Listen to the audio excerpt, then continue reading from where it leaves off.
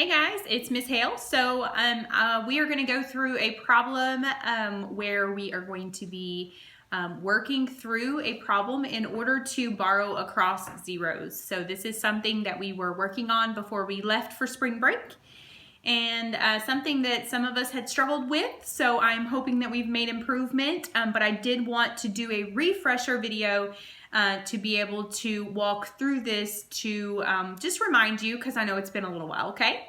So we have a question here. What is the difference of $60 and $45.87? And our hint here is line them up, line them up. So we know when we're trying to find the difference of two numbers, we're actually subtracting. So when we are finding the difference, we have to subtract. And when we are adding or subtracting decimal numbers, because one of these numbers has a decimal in it, we have to make sure that we line up the decimals and line up the place values. But I have a little problem, don't I? $60 does not have a decimal in it. So where can I actually add a decimal in order to know how to line those decimals up? So if I'm writing $60, I have 60, and you know that we always can put that decimal, that's correct, after the zero to make $60, okay? And then we can add the place values after that decimals that we need, and we're gonna represent those place values using a zero, because we're not gonna add any value to our number. We can add those zeros, and we have not changed the value of this number. This is still $60, okay? So then we're subtracting $45.87. Now, I could have written that decimal first and then placed those numbers if I struggle with lining up those place values. I can do that. Okay, so now I am going to subtract. So here I have 0 minus 7. And 0 minus 7 is actually -7, but we're not sure how to do that, and that's not the process that we're learning about today. So that's 6th grade. You'll get there, I promise. Okay, so we're going to subtract and borrow from our neighbor. So we're going to go next door to find some value. Well, knock, knock.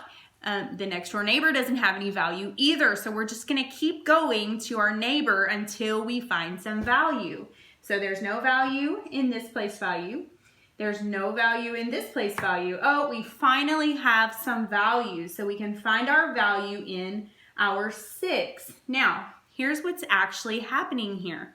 We have $60. We're gonna take 10 of those $10 and we're gonna break it into the next place value. So this next place value right here is, that's correct, that's the ones place. So we're gonna break this 60, we're gonna take 10 of these dollars and we're gonna break it into 10 $1 bills. So this is now gonna be $50. So we're gonna change that 6 to a 5. And we're going to put 10 ones here, 10 $1 bills, okay? So we have not changed the value of our number. If we were to put these back together, we would have $60.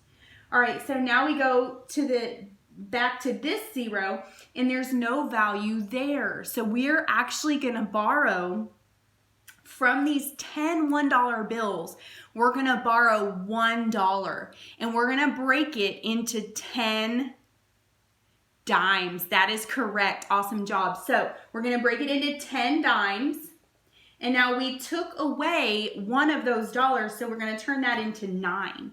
We still have not changed the value of this number. We are just distributing this money so that we can actually subtract from this place value over here. So now we have 10 dimes, and we are going to move to the penny place value, or the hundredths place. And the hundredths place was where we originally started with no value. So we're gonna take one of our dimes from our 10ths place, and we're actually gonna break it into, that's correct, pennies. And we're gonna need 10 of those pennies. So we're gonna take one of those dimes, We're going to move that value over here so we have 10 pennies. So if we were to put all of these back together, we would end up with $60. We have not changed the value of our number. We've just taken it and we've distributed it differently, okay? So now we have 10 minus 7, and 10 minus 7 is 3. 9 minus 8, 1.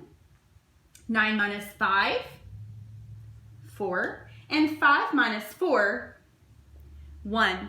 And then all we have to remember to put this decimal back in the answer is to just drop that decimal right where it is. No swooping, that's multiplication, okay? So we just drop that decimal right where it is, and now we have our change, or the difference, is $14.13. Awesome job, guys. Hope you enjoyed.